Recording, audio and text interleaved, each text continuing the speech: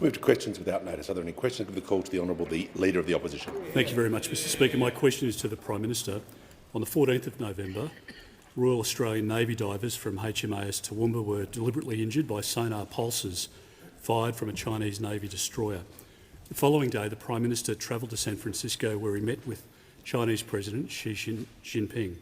Did the Prime Minister personally raise this serious issue with President Xi? Call to the Prime Minister. I thank the Leader for his question. The government expressed concerns about the HMAS Toowoomba incident clearly, directly, unambiguously.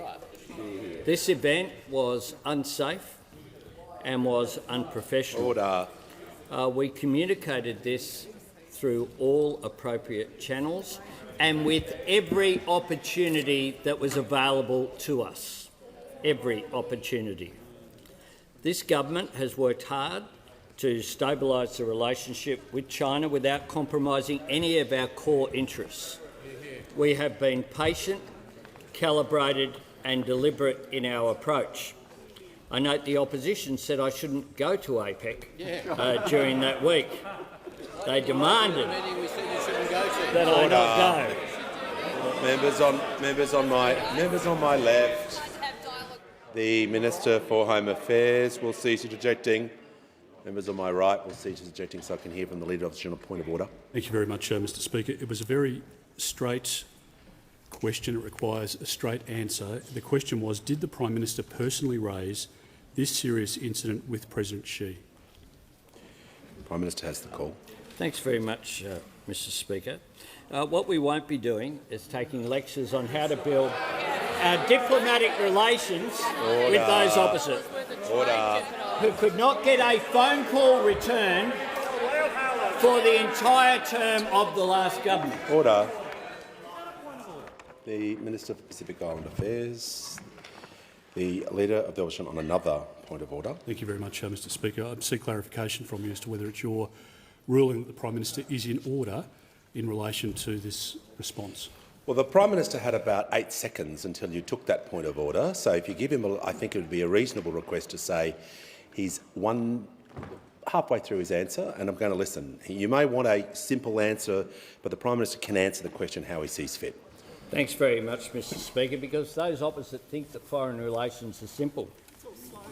Threats of shirt fronting, leaking of private text messages, leaking of private conversations, which meant that there was no possibility of getting outcomes. And I make this point, Mr Speaker, that compared with the $85 million of exports on those products that suffered from trade impediments last year, this year, up until just August, $6 billion of those products had gone to China. $6 billion. And when we talk about yes or no, you might like to ask yes or no Members on my left. as to whether Chang Lei thinks that our approach towards diplomatic relations is more effective than yours. And you can talk to her because she's now in Melbourne with her family. With her family. The fact is that we now have a path forward for wine exports. We say as well that we'll cooperate with China where we can, we'll disagree where we must. For Gippsland. And I note the HMAS Toowoomba then travelled to the Taiwan Straits and is currently involved in exercises with the Philippines Navy as a direct result of the deal that I signed with President Marcos just a couple of months ago. Give the call to the member for Wills. Thank you, Mr Speaker. My question is to the Minister for Climate Change and Energy. How is the Albanese Labor government working to deliver reliable electricity? Are there any threats to this approach? The call to the Minister for Climate Change and Energy. Well, thanks very much, Mr Speaker. I thank my honourable friend for his question and his very strong leadership in his electorate on matters of climate change and, of course, here in Canberra as well. And, Mr Speaker, of course, last week the Albanese government did announce a very significant step to ensure that our transition to renewable energy is more orderly and faster, Mr Speaker, and that's necessary for a number of reasons. Of course, we all know that renewable energy is very good for emissions, but also this is a vital step to ensure the reliability of our energy system. After a decade in which 4 gigawatts of dispatchable power left the grid and only 1 gigawatt came on, we knew that we had to act to ensure that new energy is introduced to the system before old energy leaves. The previous government had an approach of leaving it until after coal-fired power stations close. We take the approach of getting the investment on ahead of those changes, Mr Speaker. And this is important for reliability because the average age of Australia's coal-fired fleet is 33 years. And inevitably, after many decades of service, coal-fired power stations increasingly encounter issues. In fact, today, Mr Speaker, as we speak, there are 9 coal-fired power stations across Australia with 1 or more units out of action. And that equates to about 3.8 gigawatts of power we do not currently have access to. And if we'd had a better regime in place to get more investment on earlier, we wouldn't be so reliant on that increasingly unreliable source of energy, Mr Speaker. Now, this is very important for Australian industry, it's important for Australian households. And that's why the announcement last week has been so broadly welcomed, not just by climate groups, not just by energy groups, by the Australian Industry Group, by the Australian Energy Users Association, by the Australian Aluminium Council, Mr Speaker, who referred to this announcement as being crucial for Australia's energy future.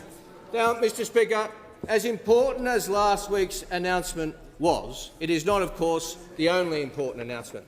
In fact, last year, working very closely together, the Minister for Resources, the Minister for Industry, the Treasurer and I announced the gas code which is necessary. Now, there has been a disallowance moved in the Senate by the Greens, Mr Speaker.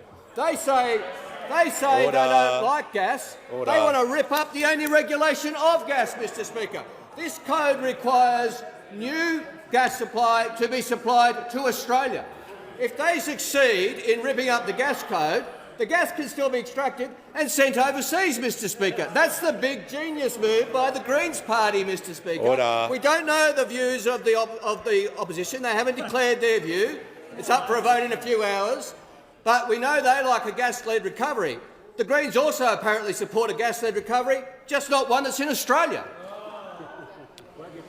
The call to the Honourable the Leader of the Opposition. Thank you very much, Mr Speaker. My question is to the Prime Minister. Did the Prime Minister personally raise the serious issue of our sailors being harmed with President Xi? The call to the Prime Minister. Thanks, Mr Speaker. At APEC, there were no bilateral formal meetings between myself and China.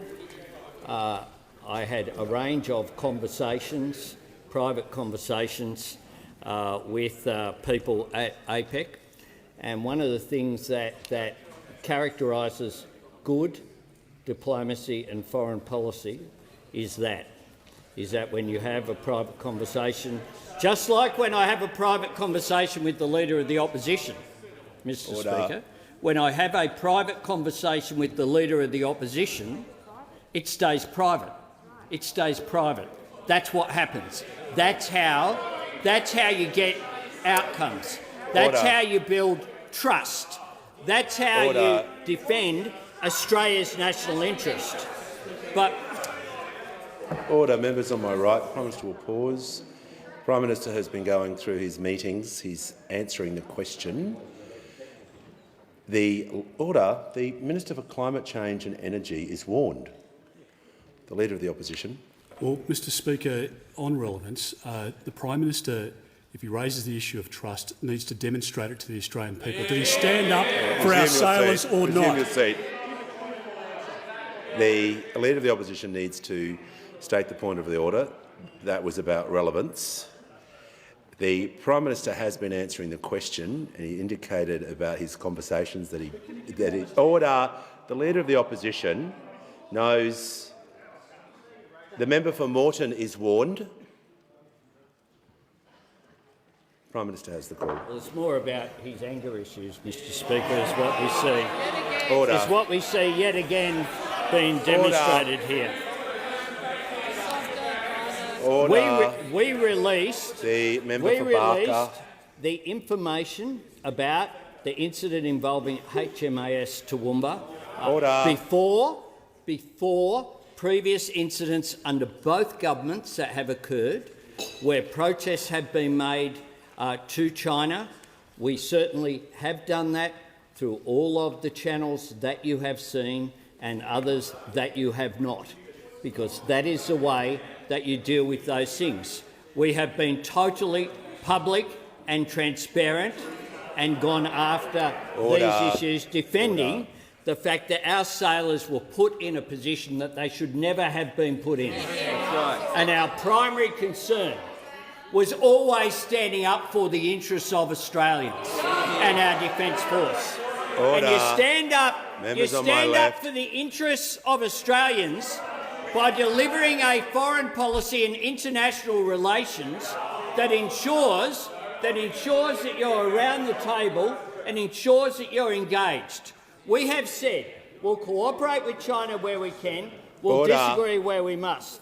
Those opposite disagreed where we could, and disagreed where we must, and disagreed full stop, exclamation mark. That's not the way to deliver outcomes with our major trading partner.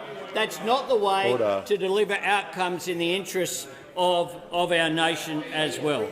The truth is that under those opposite, our international relations with China, with France, with the United States, with Greece, with others, as you go around and you talk to international leaders, the damage that was done by the leaking of text messages The Prime Minister's time to France has concluded.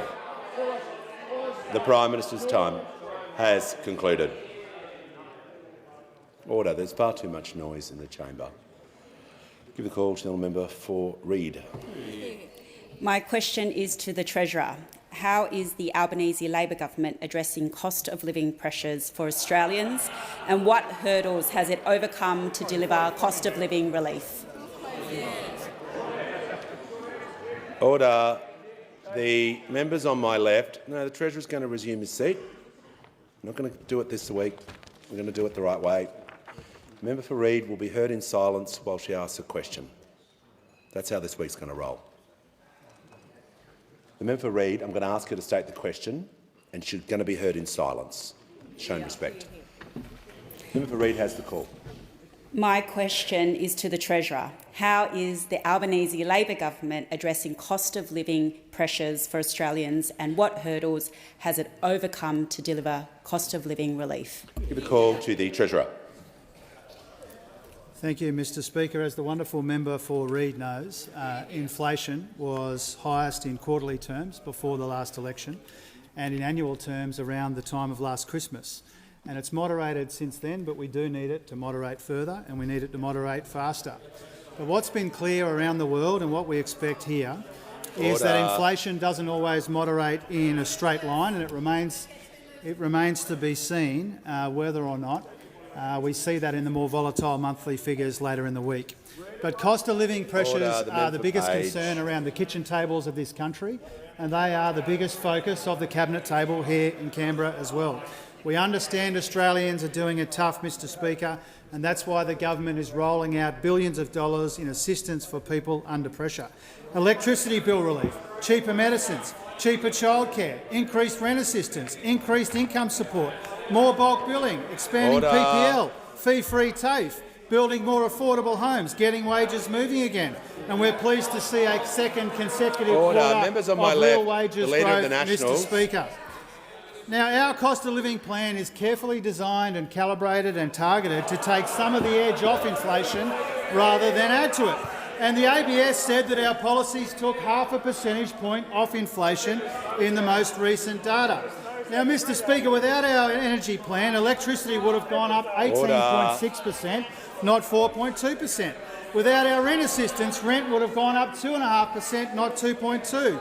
Without our childcare policies, fees would have gone up 6.7%, not down by 13.2%.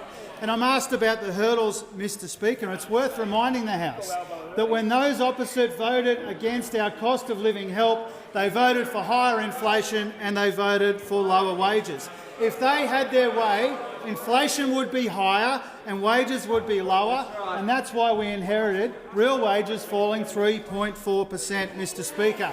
Honourable members should not forget this when they cry crocodile tears over the cost of living, Mr Speaker. Their nasty negativity is no substitute for economic credibility. Our responsible economic management is helping in the fight against inflation. The IMF said that when they handed down their report card. Fitch said that when they reaffirmed the AAA. The RBA governor said that when she was asked for estimates. Mr Speaker, we are rolling out cost of living help. We are getting the budget in much better nick. We are investing in skills and energy and housing and future growth. We are working for Australia, and we are cleaning up the mess that those economic incompetents left behind. For order, members on my left. Before I call the member for Brisbane, just want to welcome some people to the Parliament. I'm pleased to inform the House that present in the gallery today is Mr Wesley Streeting, the UK Shadow Secretary of State for Health and Social Care and member for Ilford North. I'd like to welcome the Mayor of the Gold Coast, His Worship Councillor Tom Tate, and a delegation from the Top End Aboriginal Coastal Alliance. A warm welcome to you all. I'll give the call to the honourable member for Brisbane. Thank you, Speaker. My question is to the Treasurer. The RBA Governor has implied that everyday people need to stop spending money at the dentist to help reduce inflation. So, will you scrap Labor's Stage 3 tax cuts that give a $9,000 a year handout to politicians and the 1% and instead fund dental into Medicare to ease the cost of living and to reduce inflation? Give the call to the Treasurer. Thank you, Mr Speaker, and thanks to the honourable member for his question. I think in my last answer I made our views on inflation and cost of living help pretty clear. Inflation is moderating in our economy, not as fast or as far as we would like, but it's moderating from the high quarterly peak that we inherited. The Reserve Bank Governor, as is appropriate, has made some comments about that in recent weeks, as have I. Our focus as a government is on rolling out those 10 different types of cost of living relief that I went through in some detail a moment ago. Give the call to the honourable member for order. Members on my left.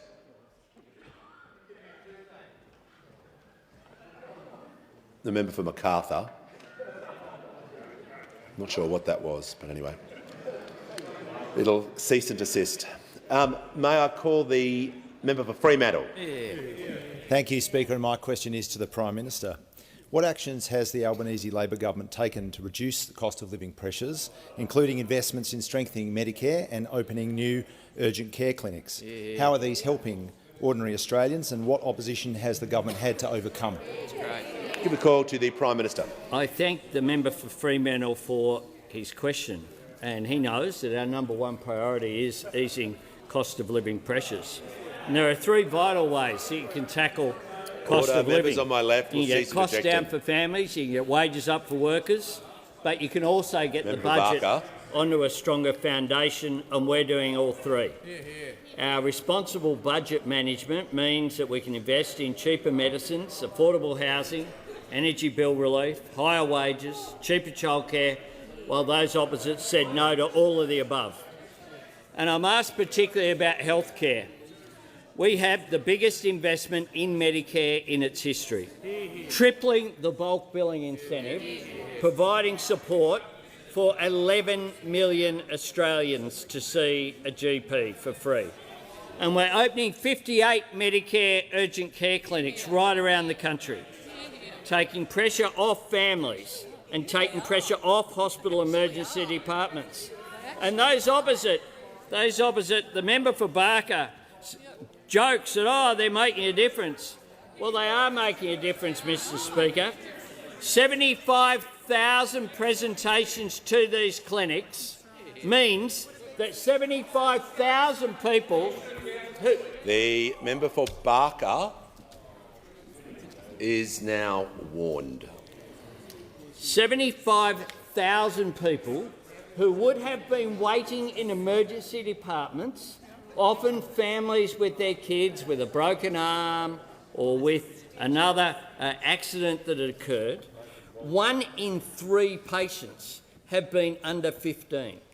Under 15. And the member, the former leader of the National Party interjects with a broken wallet.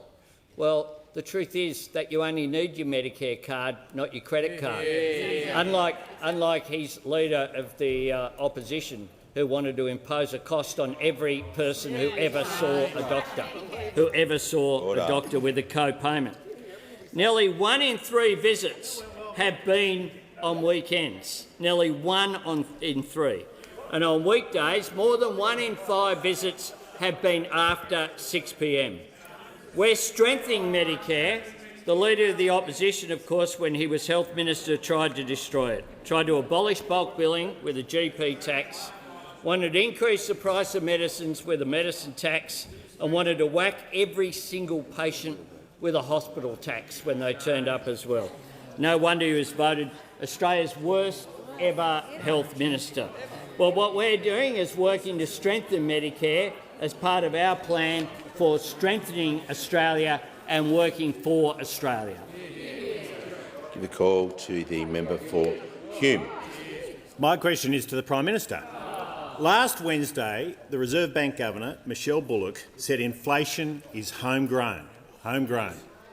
Why does Australia have core inflation that is amongst the highest of any advanced country? Order. Members on my right and the Minister for Health will cease interjecting. Prime Minister has the call. I'm asked a question about the economy by the Shadow Treasurer, who's incapable of asking the Treasurer of a question. Order. The Shadow Treasurer has asked his question. The fact is unemployment is at historic lows, 3.7%. The participation rate is at a record high. The gender pay gap is at a record low, but women's workforce participation is at a record high. Business investment is up, but the number of days lost to industrial disputes is down.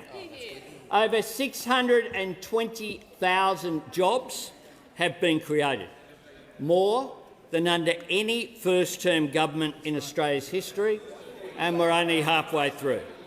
We've seen 2 consecutive quarters of real wage growth, even though those opposite, when they were in government, argued that low wage growth was a key feature of their economic architecture. And when it comes to inflation, we know that inflation peaked in the March 2022 quarter. Now, what is it about March 2022? Order. What is it about March 2022? It was the last quarter. It was the last quarter that they were ever. The member for Hume and the Treasurer will cease interjecting. The last quarter is when it peaked. But of course, as well as that, under those opposite, and we recognise that fiscal policy has an impact on inflation, under us, the first budget surplus in 15 years. Something unrecognisable for those opposite who left a $78 billion deficit. We've got a $22 billion surplus. The Prime Minister has concluded his answer. I'll give the call to the member for Lawler. Thank you, Speaker. My question is to the Minister for Immigration, Citizenship and Multicultural Affairs. How is the Albanese Labor government keeping Australia safe? How is this approach different from other approaches? Give the call to the Minister for Order. Members on my left. The member for Moncrieff is warned. It's highly disorderly before I call a minister to interject. The Minister for Immigration, Citizenship and Multicultural Affairs has the call. The member for Herbert will leave the chamber under 94A. I want to be crystal clear with everyone. The time to interject is not before a minister speaks or during the question. The minister has the call. Thank you, Speaker. For all of us on this side of the House, we take community safety very, very, very seriously. In fact, it is our utmost priority. As can be demonstrated by the behaviour of those opposite. the behaviour of those opposite who never miss an opportunity to divide or deflect. Unlike them, Speaker, we are leaving no stone unturned in our efforts to protect the community. The ABF and the AFP have been working closely with state and territory authorities and law enforcement to ensure community safety.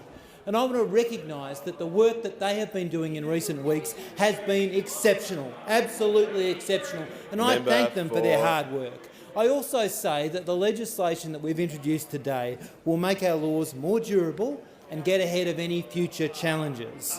And this bill will make strong laws even stronger by creating new offences which deal with recently released detainees, including by making it an offence for some to work with another person who's a minor or another vulnerable person, an offence for going near a school, childcare centre or daycare centre, an offence also for an individual to contact their victim or their victim's family. And we're doing this because it matters. We're doing this also, and this is really important, Speaker, because it's not talking tough that keeps Australians safe. It's strong laws and a relentless focus on compliance. Two things that members opposite know very little about. Now, Speaker, I'm asked about contrast. I'm asked about contrast, and I see reports in the media today that Liberal frontbencher Dean Smith wrote a letter requesting that a convicted pedophile be released from detention. Liberal frontbencher Senator Smith, who knew the seriousness of this man's offending, but requested he be released anyway. Senator Smith wrote, I believe that in the time that has passed, the man has demonstrated significant repose and repentance, alongside ongoing rehabilitation with the active support and guidance of the community of WA. Now, Speaker, he was saying this about a man convicted in 2015 of sex with a girl between 13 and 16 and who subsequently had his visa cancelled. Contrast this to the resolve that we are showing, making tough laws tougher, strong laws stronger, and fundamentally too, fixing the mess left by those opposite, particularly by the Leader of the Opposition, the man who always is talking loud and saying nothing. Time has concluded. Give the call. Order. Members on my left and my right. There is far too much noise in the chamber. The member for Fairfax has the call. Thank you, Mr Speaker. My question goes to the Minister for Climate Change and Energy. In media interviews over the weekend, the minister failed to answer questions on whether there is a cap on taxpayer money to be spent mopping up the minister's renewables-only energy policy via his newly announced Ponzi scheme. When will the minister come clean and disclose the true cost of this scheme, or has the minister again signed a blank cheque on behalf of taxpayers? The member will just pause for a moment. The Minister for the Environment was interjecting right throughout that question. I couldn't hear it. Same rules for both sides. The member's going to be heard in silence, and he'll be heard again. And if anyone interjects, they will not be here to hear the answer. I'll give the call to the member for Fairfax. Thank you, Mr Speaker. My question goes to the Minister for Climate Change and Energy. In media interviews over the weekend, the minister failed to answer questions on whether there is a cap on taxpayer money to be spent mopping up the minister's renewables-only energy policy via his newly announced Ponzi scheme. When will the minister come clean and disclose the true cost of this scheme, or has the minister again signed a blank cheque on behalf of taxpayers? Call to the Minister for Climate Change and Energy. Well, thanks very much, Mr Speaker. I thank the honourable member for his question. It's the last sitting week of the year, and the honourable member just rustled up his fourth question to me all year, Mr Speaker. So congratulations.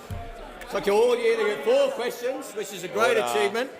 The Treasurer's wrote about productivity. You might want to have a look at the member for Fairfax. Now, the member for Fairfax asked me about the capacity investment scheme, which is a very important investment and a very important scheme to ensure that we are getting reliable energy into the system. And it works as an auction.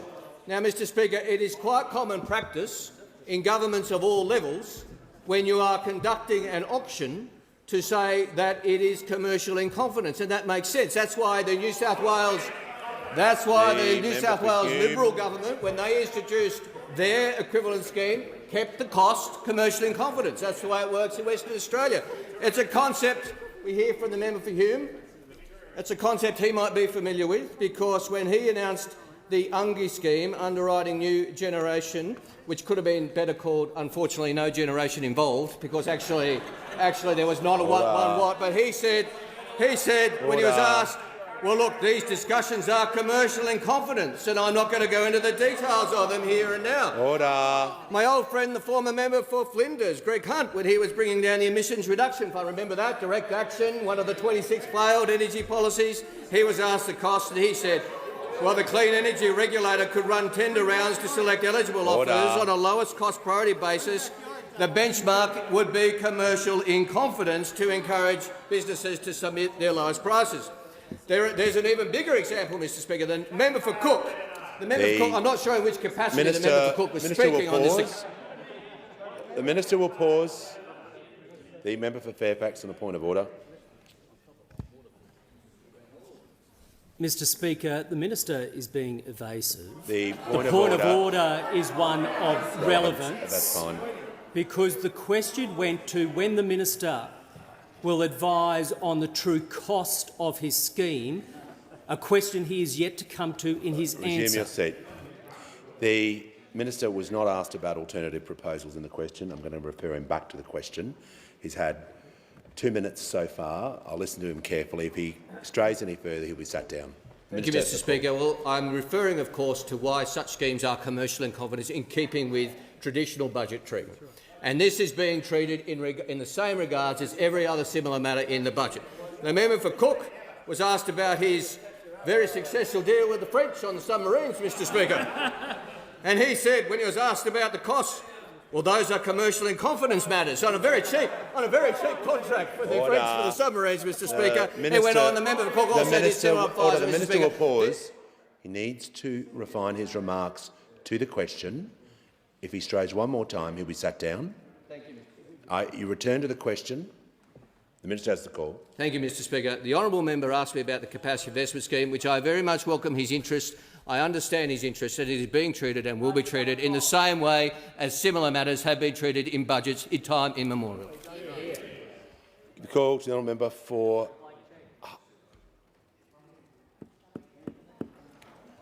give the call to the member for Hunter.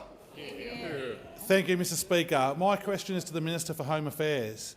Why is it necessary for the government to introduce legislation to strip the citizenship of people convicted of serious crimes against Australia? How else is the Albanese Labor government keeping Australians safe, and what obstacles does the government face?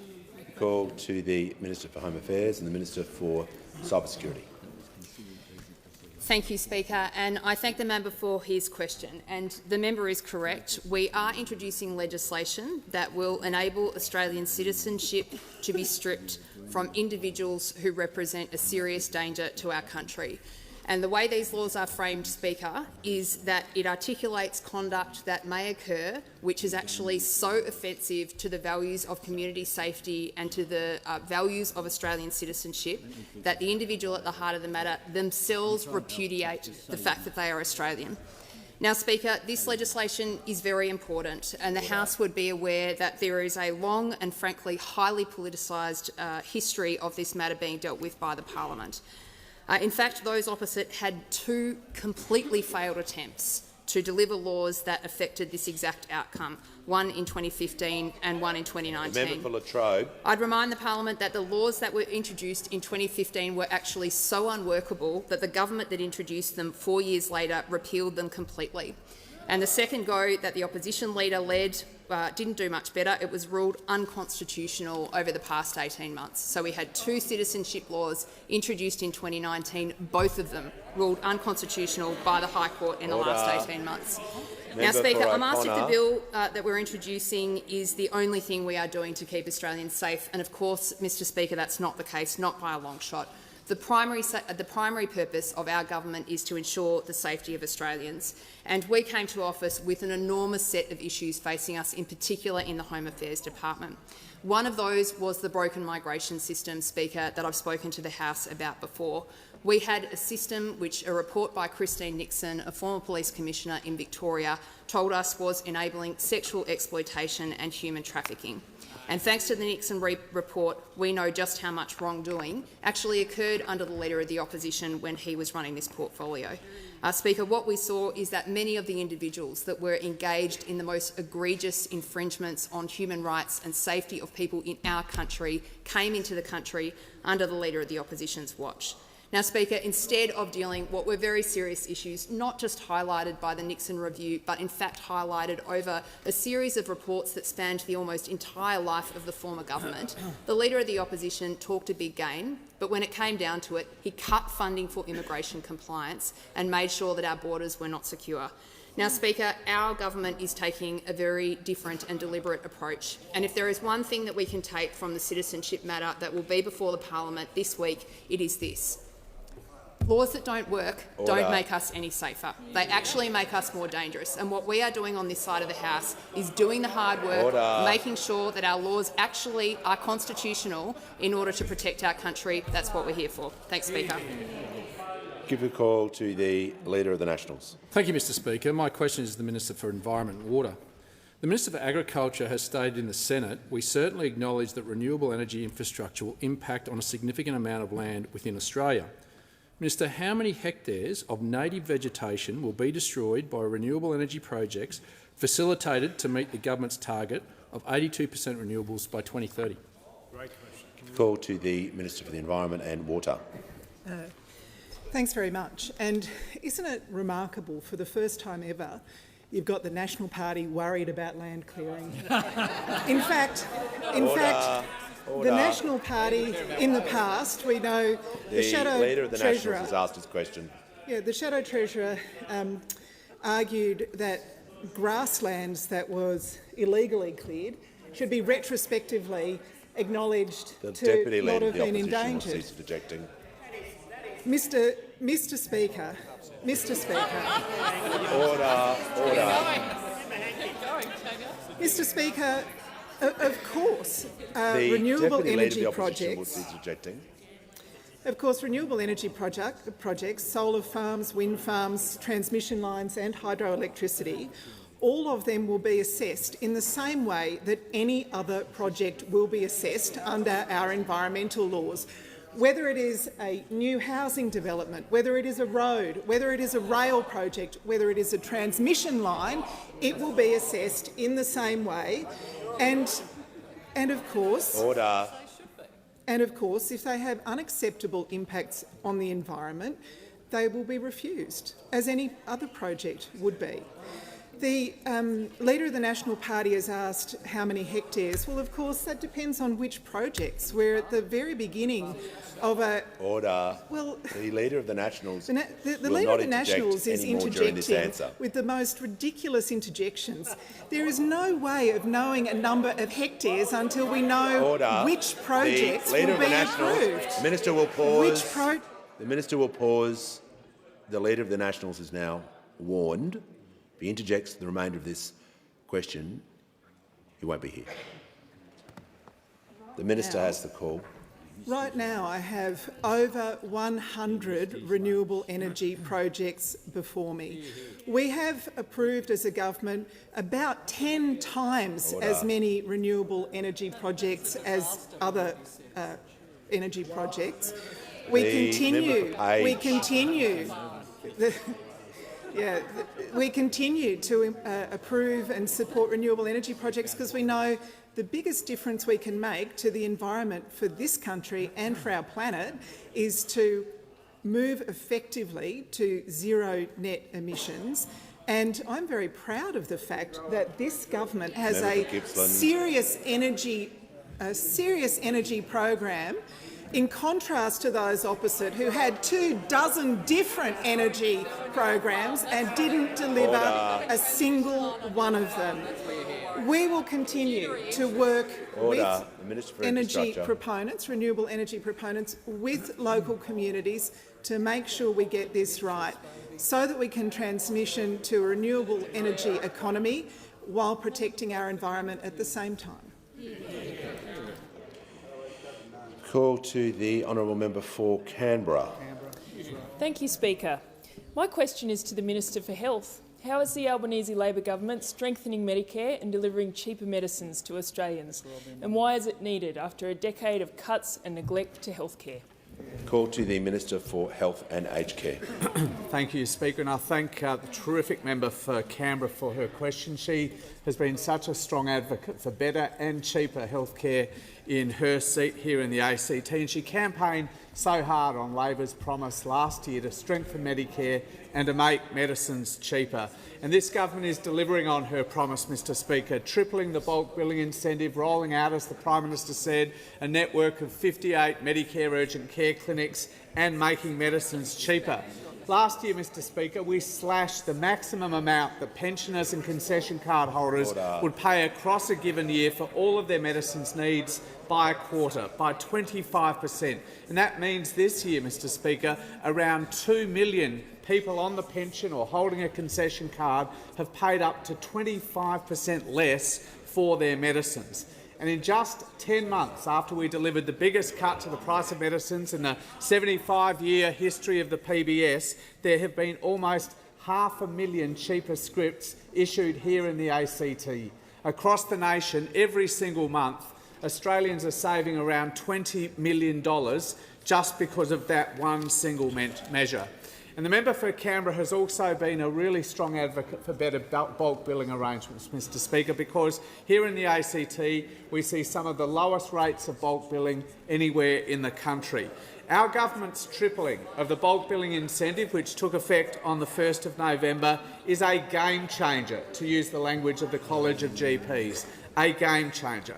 And it's early days, Mr Speaker, but we are already seeing this historic investment make a real difference. Last sitting, a couple of weeks ago, I talked about a clinic in Magnetic Island, in the member for Herbert's electorate. He's not here right now at the question time, but in his electorate, a clinic that had returned from private billing to bulk billing because of our measure. And last week, Mr Speaker, a clinic in Caringbah, in the member for Cook's electorate, reported an increase in bulk billing rates from September, where about half of patients were bulk billed at that big clinic, to 2/3 being bulk billed in November, just 2 months later. And for this side of the House, and for the member for Canberra, Mr Speaker, that really matters. That really matters, because bulk billing for us, for the Labor Party, is the beating heart of Medicare, and that is the big difference in health policy. While Labor tripled the bulk billing incentive, a record investment, the Leader of the Opposition, when he was Health Minister,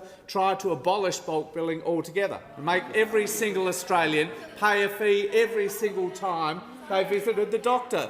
And while Labor is making medicines cheaper, Mr Speaker, the Leader of the Opposition, when he was Health Minister, tried to make medicines more expensive by jacking up the price of medicines by up to $5 a script. That is the difference between them and us. Has concluded. The call to the honourable member for Goldstein. To the Prime Minister. February will mark 10 years since Rosie Batty's son Luke was killed by his father. Rosie is in this place today, still advocating for women and children, yet 54 women have been killed so far this year, and children are still being killed by parents once a fortnight. The government's plan to reduce deaths by 25% year on year has failed in 2023.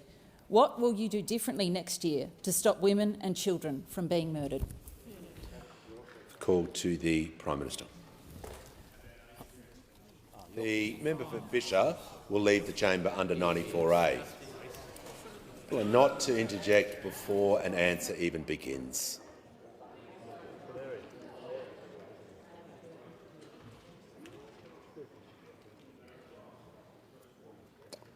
Prime Minister has the call. Thanks, Mr Speaker. I thank the member for her question and for her genuine commitment, along with other members of this House, to eliminate violence against women and children. And I acknowledge Rosie Batty. I'm not sure if she's here in the gallery, but I acknowledge her in the House. She is a great Australian. And she took a tragedy and turned it into a motivation to make a difference for others. One life lost to domestic and family violence is one too many. But this year, as with every year, it has been one life lost after another. Recent tragedies have starkly reminded us that family and domestic violence recognises no social, economic or cultural barriers. But while it's indiscriminate, it certainly is not inevitable. We can't keep accepting this violence as inevitable because it is unacceptable. During 16 days of activism, I want to reiterate the government's commitment to ending violence against women and children in one generation. We must treat this violence as something we can end and focus all our efforts on doing so, because there's no time to waste. Men in particular have to step up. Male leaders have an opportunity to champion change and to create the conditions that prevent violence, abuse, discrimination and harassment. My government is taking immediate and practical action. We have record investment of $2.3 billion in this area. Ministers across government working to end family, domestic and sexual violence. We've fixed the escaping violence payment, reducing the time it takes victim survivors to access support by 22 days.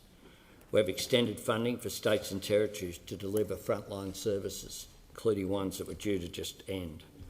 We've delivered on our commitment of new frontline and community sector workers to support victim survivors.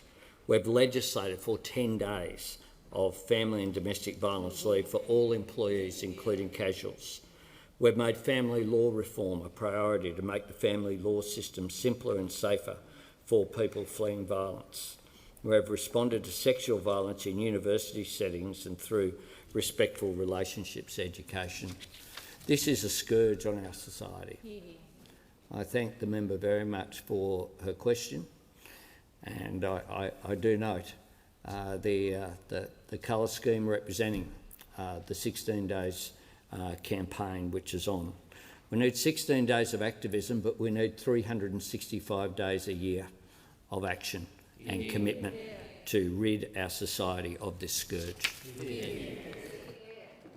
And on indulgence, the Leader of the Opposition.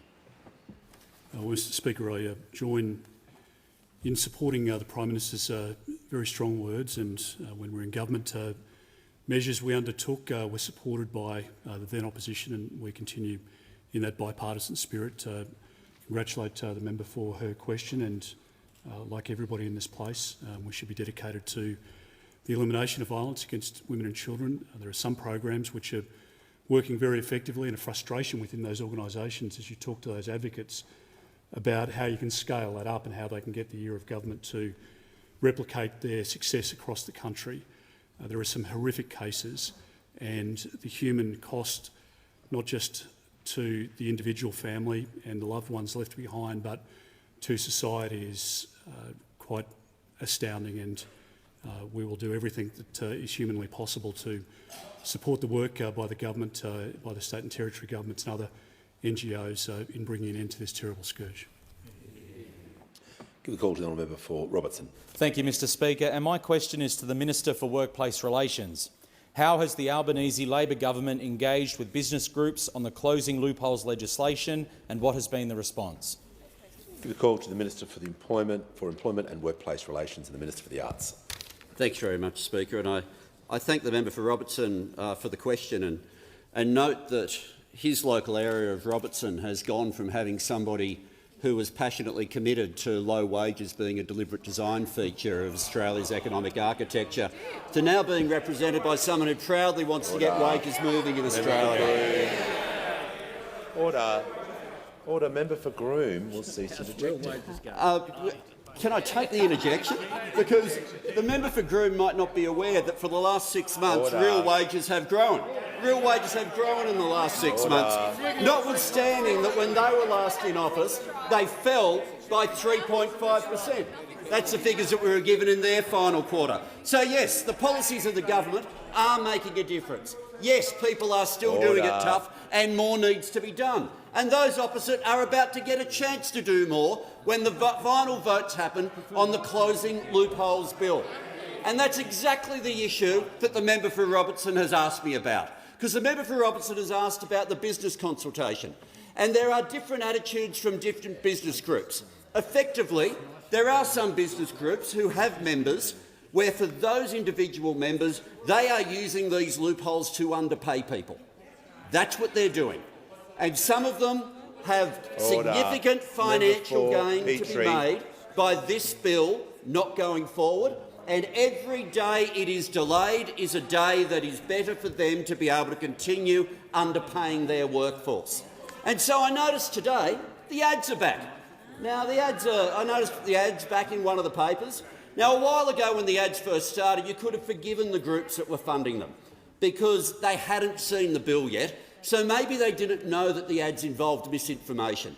Maybe they didn't know that this concept that you would be compelled to pay a brand new worker the same as your most experienced worker was not going to turn up in the ledge.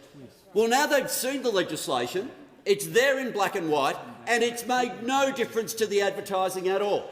Because what those organisations are wanting to do is they're wanting to delay, they're wanting to complain about consultation that initially they were part of and then said can they no longer be involved in confidential conversation, and then they want to talk about something that the issue is not. But contrast that to the groups that have engaged. Contrast that to the Hotels Association, engaged professionally, and now as a result tomorrow I'll introduce amendments to the casuals provisions. Compare that to Uber, Menulog and DoorDash. Engage constructively, there'll be amendments to the gig provisions, specifically making sure that we meet the purposes of legislation. And compare that to the peak body representing the industrial interests of the resources industry, AREA. Hardly a member of the Labor Party, but a professional organisation that has represented its members, and there'll be amendments as a result. Call to the Honourable the Deputy Leader of the Opposition. My question is to the Prime Minister. It's over 1 month since Australians emphatically rejected the Albanese government's divisive voice proposal. Will the Prime Minister confirm the Albanese Labor government still remains committed to implementing treaty and truth-telling?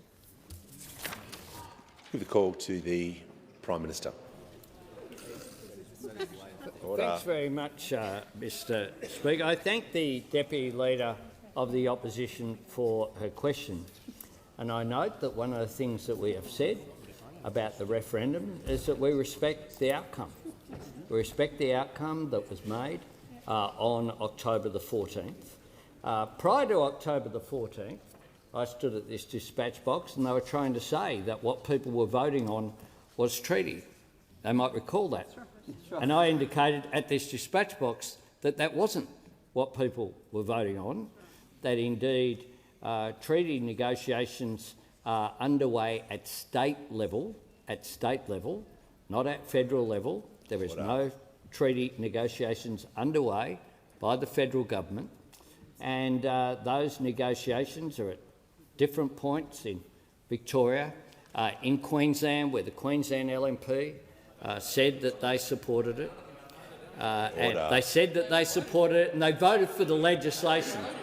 They voted for the legislation. They voted for it before they were against it. Order. How can I not be more? The Prime Minister will pause.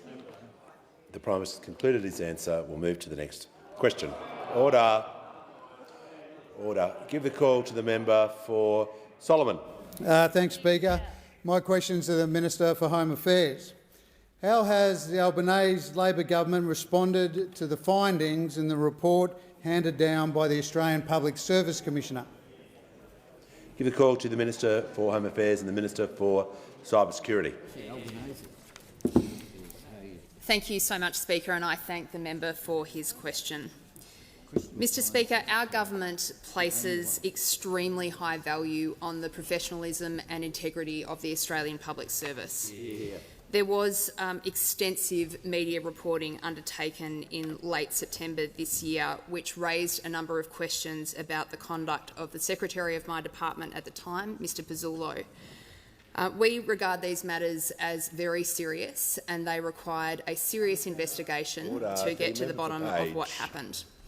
The Parliament would be aware that as soon as I became aware of these allegations, I referred the matter to the Australian Public Service Commissioner. The Australian Public Service Commissioner then conducted a lengthy, proper investigation of the conduct, and the report into that matter has been finalised and handed to the Prime Minister.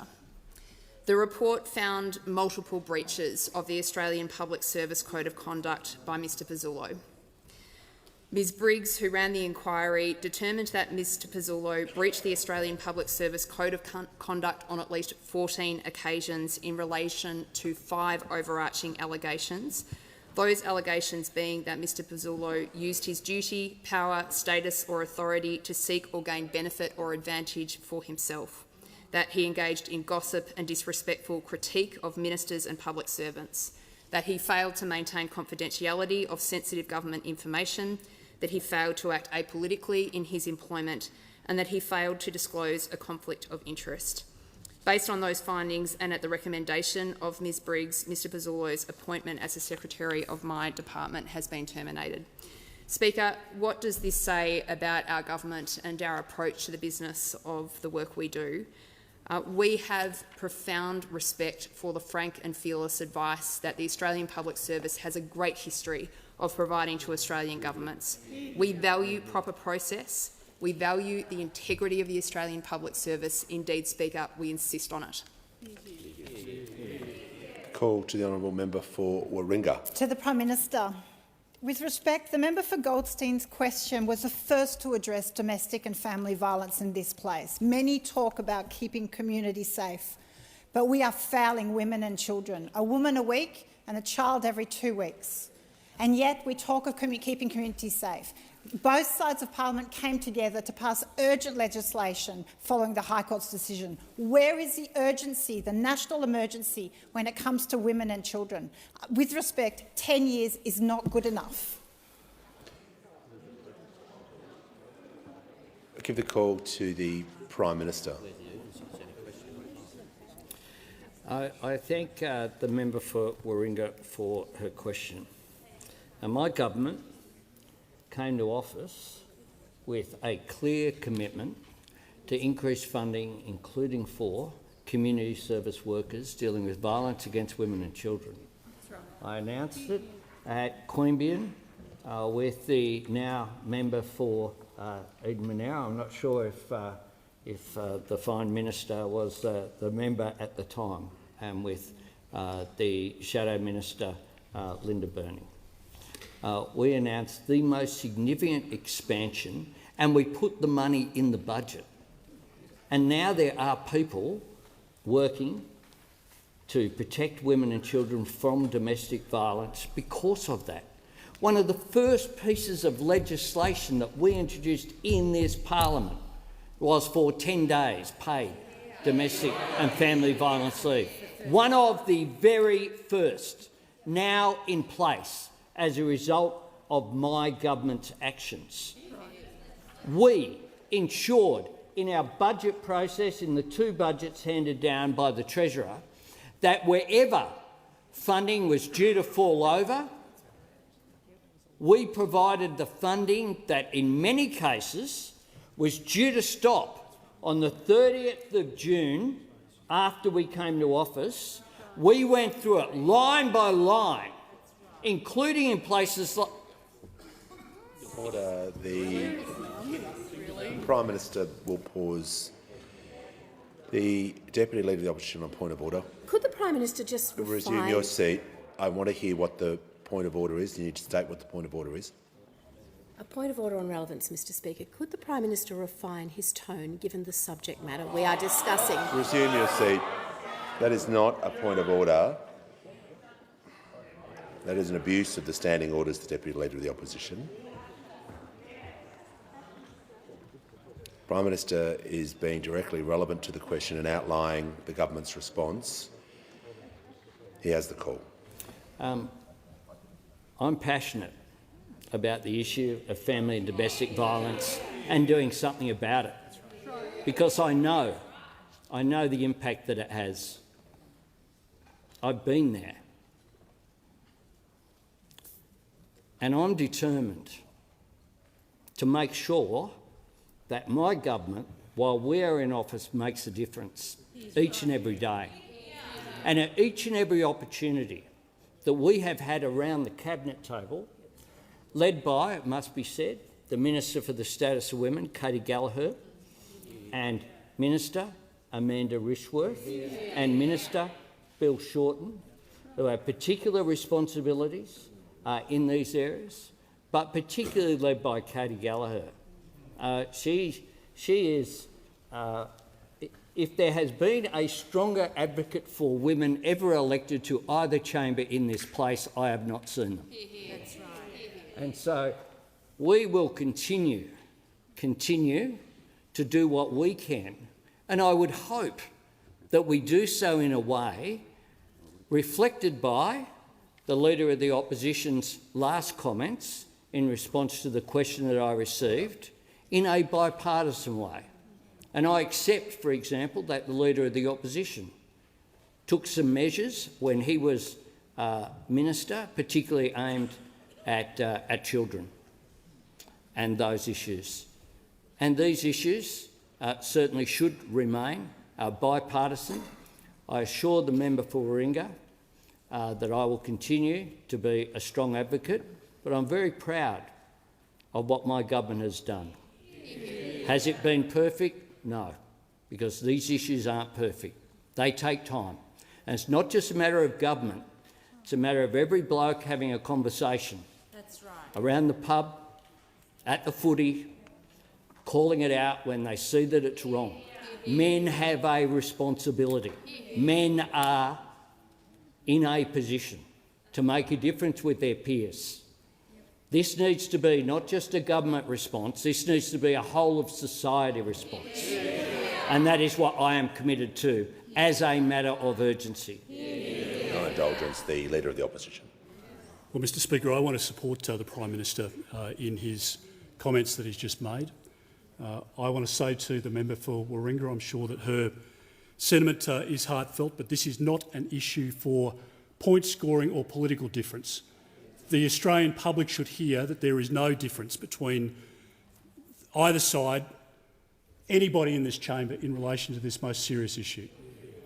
Every government, including this government, has dedicated themselves to doing the best to reduce violence, through funding, through programs, through innovation, and the support that the Prime Minister expects from all of us is forthcoming, will be forthcoming, Prime Minister, and I don't believe it's a fair critique of the government that they haven't done enough, or that they're not doing enough, or that they don't have intention to act properly in this space. I don't think that's the view of the Prime Minister at all, and I think it mischaracterises the approach of the government. And the approach of the opposition will be to support it. As the Prime Minister rightly points out, the establishment of the Australian Centre to Counter Child Exploitation was supported on a bipartisan basis, and it saved literally thousands of children, supported women in domestic violence situations where children are being sexually offended against. And the strongest message that we can send from this chamber to the Australian public is that we stand united to condemn it. And as the Prime Minister rightly points out, all of us should have conversations, and regular conversations, with our sons, with our nephews, with others that we influence. And we need to call out in the workplace or anywhere else the atrocious conversation or demeaning behaviour or conduct that some might seek to pursue. And this is not an issue where there is a cigarette paper of difference between the government and the opposition, and nor should there be with the crossbench or anyone else in this place. Give a call to the honourable member for Bendigo. Thank you, Speaker. My question is to the Minister for Industry and Science. What is the Albanese Labor government doing to support Australian manufacturers to grow and to commercialise their ideas after a decade of neglect? Give a call to the Minister for Industry and Science. Thank you, Speaker, and thanks to the member for Bendigo, another champion of regional manufacturing, and who knows that Australians want their nation to be a place that makes things, because a country that makes things makes great jobs, secure, well-paying jobs across our suburbs and across our regions. And the Labor government recognises too and believes in a future made in Australia, but that will take a lot of work to achieve that vision. Order. Now, today, a new report was released by Industry, Innovation and Science Australia that found we need to scale up our businesses to help rebuild manufacturing. The report also shows the government's inherited a shrinking middle band of businesses. The proportion of medium-sized businesses in manufacturing has declined by close to 40% in the last 14 years. And that's why the government's taking action to help businesses that want to grow and scale up. Today, our government's $392 million industry growth program, announced in the budget, that has kicked off officially today. And as of today, businesses will be able to apply for expert advice on getting their good ideas to market and expanding their companies. Future rounds of the program will also deliver match grant funding ranging from $50,000 to $5 million to give businesses the capital they need to grow, and it'll provide a pipeline of medium-sized businesses who can access the $15 billion National Reconstruction Fund. Now, there was a reference to a decade of neglect, and boy, we've got a lot of work with there. The Liberals and Nationals, they came to office looking down their nose at Australian manufacturing, hounded car manufacturers out of the country. Under their watch, we ended up with some of the lowest manufacturing self-sufficiency in the OECD, and today's report shows a contraction in the number of mid-sized manufacturers. Now, after all that, the coalition scrambled, recognising the grave error of their ways. They announced in October 2020 a $1.5 billion manufacturing grants program, and guess when 85% of those grants were announced? In the weeks leading into the 2022 federal election. Order. Always there to manufacture a headline, but never there to back Australian manufacturing. And continuing today, refused to back the National Reconstruction Fund, refused to back energy price relief that would have helped manufacturers. I'll take the interjection. Thank you so much for that. The deputy leader was a member of a government that said EVs would ruin and end the weekend, but now supports the manufacture of the charging equipment of the cars they don't want on the roads. I mean, this is the confused state of support for manufacturing by those opposite, and Australian manufacturing deserves. The time has concluded. The minister will just resume his seat. So I can hear from the member for Flinders. Thank you, Mr Speaker. My question is to the Minister for Climate Change and Energy. Given that Australians have already seen their power bills go up by $1,000 since the Albanese government came to power, and the government has just committed to a Ponzi scheme as it tries to mop up its renewables-only energy policy, can the minister guarantee that this Ponzi scheme will not— The Minister for Infrastructure is warned. We're just going to hear that question from the top, and the member for Flinders has the call. My question is to the Minister for Climate Change and Energy. Given that Australians have already seen their power bills go up by $1,000 since the Albanese government came to power, and the government has just committed to a Ponzi scheme as it tries to mop up its renewables-only energy policy, can the minister guarantee that this Ponzi scheme will not see Australians facing yet another $1,000 increase in their power bills? Just want to hear from the Leader of the House. Mr Speaker, there's a term used twice in that question with respect to schemes, which makes the question clearly out of order. Just hear the order. I think the question can be phrased to enable that term, but just not the way it currently is now. The Manager of Opposition Business. Well, Mr Speaker, this this wording's already been accepted in an earlier question. The Leader can't be, making up objections on the fly here. Just to assist the House, if the member can rephrase the question just around that portion of the question, to perhaps just rephrase that part, just to assist the House so we can order. The member for Fairfax isn't helping, so just give the member for Flinders the benefit of the doubt and just get her to state the question. A question is to the Minister for Climate Change and Energy. Given that Australians have already seen their power bills go up by $1,000 since the Albanese government came to power, and the government has just committed to a scheme to mop up its renewables-only energy policy, can the minister guarantee that this scheme will not see Australians facing yet another $1,000 increase in their energy bills? Minister for Climate Change and Energy has the call. Well, thanks very much, Mr Speaker. I thank the honourable member for her question, and I particularly welcome it when the opposition just underlines how much they hate renewable energy and how they don't get that it's the cheapest form of energy. The honourable member should share that question with her electorate and show them what she really thinks of renewable energy, Mr Speaker, and I'm happy to assist.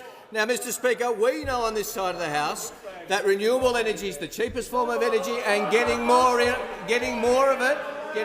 it into the system means lower prices. Mr Speaker, I'm not the only one who thinks it, Mr Speaker. In response to the announcement last week, those well-known socialists down at the Australian Aluminium Council said the Australian Aluminium Council welcomes the expansion of the capacity investment scheme, bringing forward investment and placing downward pressure on electricity prices for consumers, including industry and households. The AI Group, the Australian Industry Group, said today's announcement of the expansion of the capacity investment scheme will greatly expand the scope of capacity contracts from the federal government and looks like a very helpful step to address fears of inadequate supply on price and reliability this decade, Mr Speaker. The Energy Users Association of Australia said, "We welcome the announcement from the Commonwealth as it would provide a level of certainty for investors and consumers in these highly volatile times. We expect this approach will help facilitate the deployment of renewable energy and storage technology whilst working to shield Australian households and businesses from significant increases in energy costs." I could go on, Mr Speaker. Group after group, peak group after peak group, who know that a more orderly transition, getting more investment on it more early, getting more dispatchable energy into the grid is good for prices, good for reliability and good for emissions. The only people who don't get it are the opposition. Now, they've still got their little fantasy wrapped in a delusion, nuclear energy. The leader of the National Party, to his credit, on Friday was honest. He came out and said, well, we don't expect nuclear energy in the next decade or so, but we've got till 2050, he said. I've got news for the leader of the National Party. We don't have to 2050 because we've got to improve reliability in the energy grid today. Today. I don't think we should wait until 2050, Mr Speaker. As coal-fired power ages and becomes more unreliable, we need more investment today. The leader of the National Party and his cohort might be happy to leave fixing that till 2050. They spent 9 years not fixing it. They might as well spend till 2050 not fixing it, Mr Speaker. Far too much noise during that answer. Give the call to the member for Gilmore.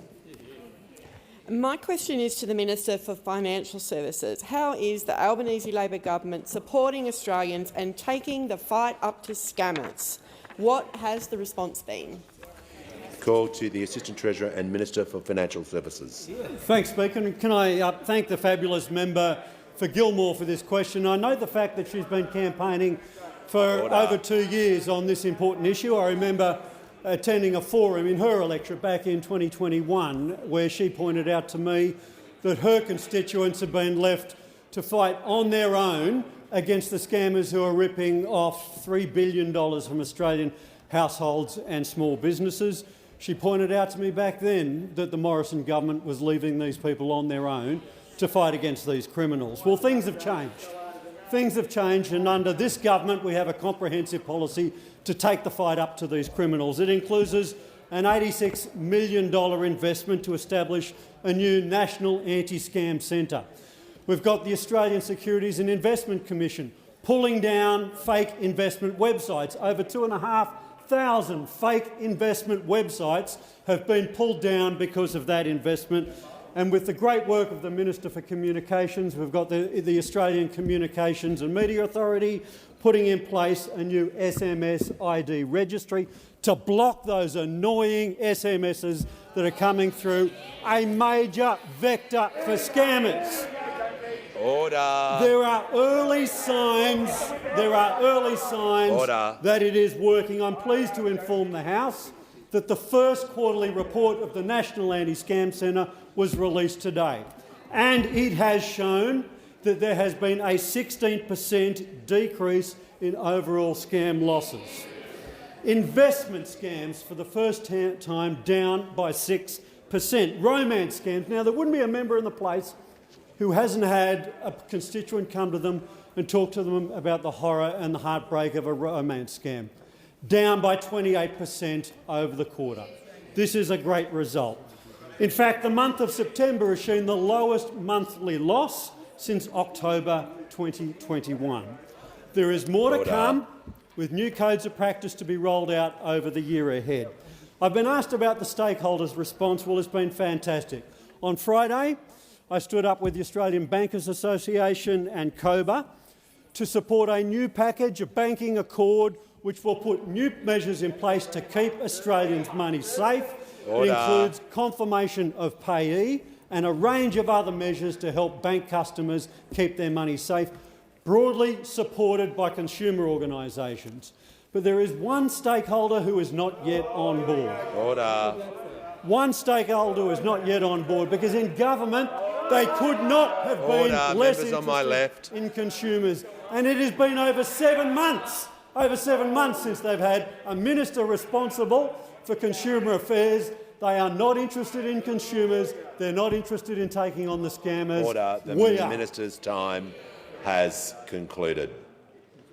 Give the call to the member for Casey. Thank you, Speaker. My question is to the Prime Minister. Can the Prime Minister guarantee that there will be no changes to the tax treatment of the family home during his period as Prime Minister? Order. Members on my right, I'll give the call to the Prime Minister. Thanks very much, Mr. Speaker. The family home, they've run out of questions clearly when they ask about the family home, because that's in the that's in the drawer at the bottom. When you want to, when you're characterised by trying to run scare campaigns and fear campaigns about everything, then you pull out the drawer and it says they're coming for your home. But of course, that was run during the referendum as well, where First Nations people were going to take people's homes. That was the argument that was run on social media. That was run. I do, but you can respect the outcome, but still be critical of someone saying on the basis of the obvious that Aboriginals were going to take your home is something that isn't acceptable. That isn't acceptable. The family home is something in Australia that is, of course, very important, and the family home is something that. Well, who's ruling anything in? This is just absurd. This is just absurd. We regard members on my left. We regard the family home. The family home as being essential. And you know what we're committed to? Not just support for family homes and for people to be in their family homes. We want more of them, Mr. Speaker. That's why they voted against it. The Prime Minister. Has the Prime Minister concluded his answer? No. The Leader of the Opposition on a point of order. Well, obviously on relevance, Mr. Speaker, this is a question that requires a straight answer, yes or no, Prime Minister. Resume your seat. Can you be truthful to... Order. Resume your seat. The Leader of the Opposition is entitled to raise... order. The Leader of the Opposition is entitled to raise a point of order. Just needs to clearly state and cannot compel a type of answer that he would like, and can't allege that the Prime Minister has done something. Just moving forward, if you're going to raise points of order, you're able to do it under relevance, but the Prime Minister can answer the question. The Leader of the House. Can the Leader of the Opposition withdraw? It was a clear abuse. It was clearly aimed at the Prime Minister. Can he withdraw?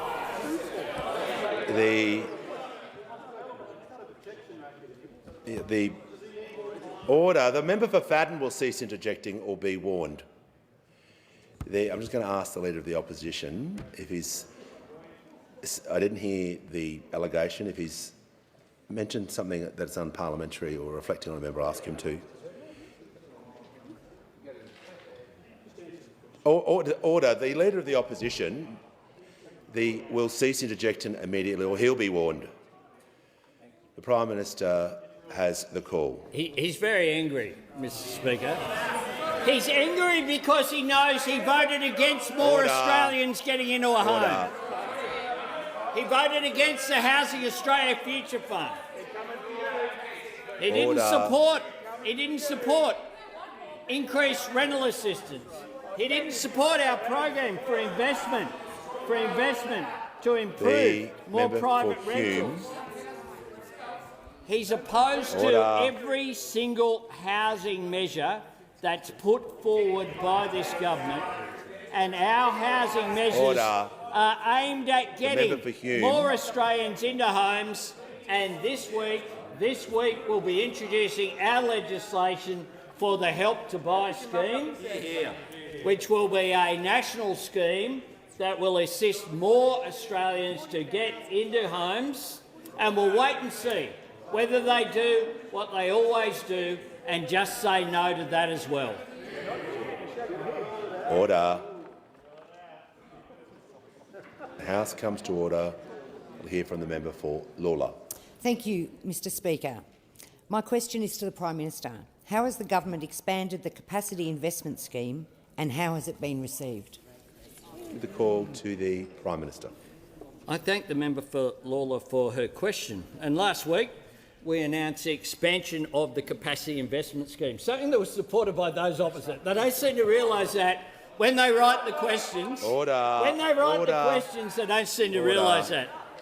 And in its simplest form, this scheme is designed to make sure that new energy projects are coming online before older energy projects leave. Order. The member for Now, Hume. those opposite presided over 4 gigawatts leaving the system and 1 gigawatt coming on. We on this side are making sure that we can delivering more reliable energy to all Australians. And it's already working in New South Wales and being piloted in other states. The single joint tender announced last week with the New South Wales Government will deliver more power into the New South Wales grid than the LNP managed to deliver over the past decade for the whole national electricity market. Just bear that in mind. The whole market, over 10 years, we have delivered more with one pilot scheme in New South Wales. Under the last government, 24 of Australia's 28 coal plants announced their closure dates. 24 out of 28. But did they put in place anything to replace it? No, they didn't. And that is why it was such a dangerous and irresponsible approach. But that's why we've stepped in to clean up the mess. This will add around 32 gigawatts of new capacity across the country, equivalent to about half of the current East Coast electricity grid. And that's why it has been welcomed. Innes Willicks from the AI Group has said, a very helpful step to addressing fears that inadequate supply would pose to price and reliability this decade. Andrew Richards from the Energy Users Association. We welcome the announcement from the Commonwealth, as it should provide a level of certainty for investors and consumers in these highly volatile times. Nick Carter, the CEO of BlackRock, owned Acacia Energy. It's a great policy that the government has put in place, so we'll definitely be looking at that as they roll it out now across the next states. Super funds. Debbie Blakey, today's announcement by the federal government opens the doors to investors like Hester to play a more significant role in Australia's energy transition. This is about encouraging private sector investment to fill the void that will be created as closures occur, making sure that there aren't energy shortages around the country, making sure that the system is more reliable. And on that note, Mr Speaker, I ask that further questions be placed on the notice paper.